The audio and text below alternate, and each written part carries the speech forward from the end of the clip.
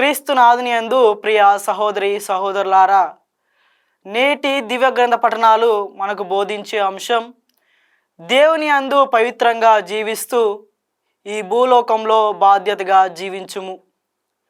నేటి మొదటి పఠనంలో పునీత పేతురు గారు క్రైస్తవులమైన మనము ప్రభువు రాకడ కోసం సిద్ధపడుతూ పవిత్రంగా నీతిమంతంగా జీవించాలని పిలుపునిస్తూ ఉన్నారు. మరి మనం ఎటువంటి దుష్టత్వానికి తప్పుడు బోధనల ప్రభావానికి లోనవ్వకుండా దేవుని యొక్క కృపలో ఆయన యొక్క మార్గంలో జీవించాలని బోధిస్తూ ఉన్నారు.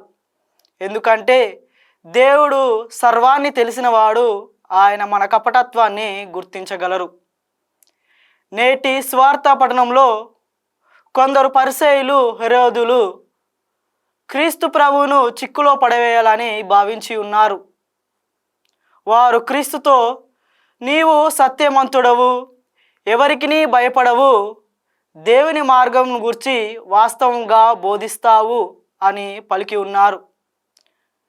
వారు పలికిన ఈ మాటలు క్రీస్తు ప్రభుని యొక్క గొప్పతనాన్ని మనకు తెలియజేస్తూ ఉంది. కానీ క్రీస్తును గూర్చి పలికిన ఈ విషయములు సత్యములు అని వారు గుర్తించలేక దేవుని కుమారుణ్ణి చిక్కులో పడవేయాలని పన్నాగం పన్ని ఉన్నారు. దీనినే మనము నిందాస్తుతి అని కూడా అంటూ ఉన్నాము. పరిసయ్యులు హెరోదులు క్రీస్తు యొద్దకు వచ్చి చక్రవర్తికి సుంకము చెల్లించుట న్యాయసమ్మతమా కాదా అని ఆ సత్యాన్నే ప్రశ్న వేస్తూ ఉన్నారు. క్రీస్తు ప్రభు వారి యొక్క కపటత్వాన్ని గుర్తించి వారికి ఇలా సమాధానం చెప్తూ ఉన్నారు. చక్రవర్తికి చెల్లించవలసినది చక్రవర్తికి, దేవునికి చెల్లించవలసినది దేవునికి చెల్లించవలేనని. ఇక్కడ మనకు రెండు విషయాలను క్రీస్తు ప్రభు బోధిస్తూ ఉన్నాడు. మొదటిది, ఈ భూలోకంలో మనం బాధ్యత గల పౌరులుగా జీవించాలని. రెండవది, మరి మన జీవితం, హృదయం, విశ్వాసం దేవునికి చెందాలి.